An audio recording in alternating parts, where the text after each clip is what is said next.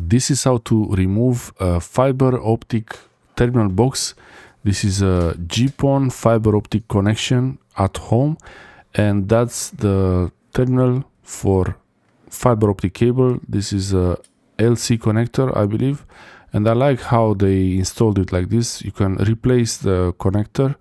That cable goes from the ONT box, I believe this is how it's called, the ONT box, to the media converter. They have a media converter, a Huawei media converter, and then a MikroTik switch or a modem or a router. After unplugging the connector, I have to open. You have to be very careful if you're doing this. Most important with fiber optic cable is no tension on it, and also don't bend it too much. The reason why I was opening this box here, this fiber optic cable box, is because there is the Ethernet cable behind it.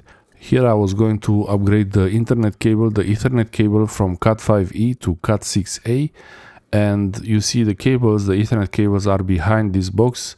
This is the telephone box, the telephone conduit through the wall, so it all goes through pipes. The fiber comes from outside, from the street, from a ONT box into the box here, and then there is a nice plug, a nice connection point where then I can connect it to the media converter and then to the router of the ISP. That's the fiber waiting to go back in. I replaced the Ethernet cable with the new Cat6A cable, and I had to put an RJ45 connector on it. I can't use wall jacks or keystone jacks here because this slot is already taken by the fiber optic box. Actually, I don't mind that. I prefer it like this without too many connections between the Ethernet cables. And very carefully, if you're doing this, you have to be very careful not to do anything with the tools around the fiber optic cable. And I installed the box first. It's secured to the wall, but not too tight. I didn't want to tighten it too much. And now slowly, as you see, you have to spin the fiber optic the same way it was. It's good to take a picture or even make a small video of the fiber optic cable, how it's turned, if it's turned one way, if it's counterclockwise or clockwise. Here it was turned clockwise. And also you have to check, for example, they did a splice. I think this splice is a mechanical splice. It was one of the easier ways to do it. I'm not sure. You let me know in the comments if this is a good splice, optical splice with this fancy device, or if it's a mechanical one. Still, the internet works fine. And I'm really trying to be very careful with the splicing here, not to bend the cable too much on one side.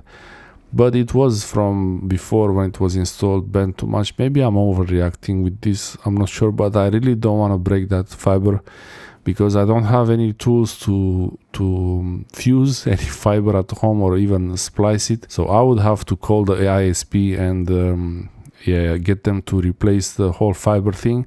And yeah, I don't want to do that for sure. I don't want to have no internet for some few hours or days even, depending on how long it takes. It's a really nice trick to use needle nose pliers like this to replace, to put back the LC connectors for the fiber.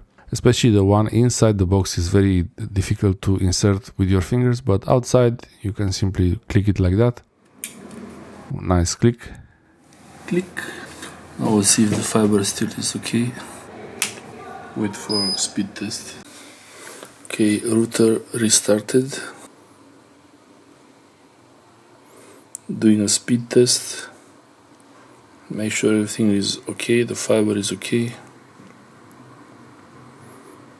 It's a bit 250. Should be like that.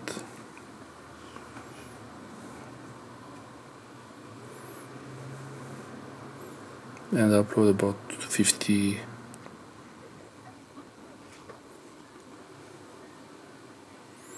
Okay, so it's normal. The fiber is not damaged. The fiber is okay, not damaged. Now close this. The white ones go be above. Everything looks normal. The speed test, upload and download looks normal. The jitter also looks normal, which is very important. So the fiber connection looks fine. That's the fiber connection box, the Huawei media converter from fiber to Ethernet, and then the router board, MikroTik, and then from the router board from MikroTik it goes to my main router and then goes to the bedroom, to the other side, another room. So that's how it works. The fiber is fine, it's all working, and also the cable, the Ethernet cable is upgraded to Cat6A now from Cat5E. And yeah, all good.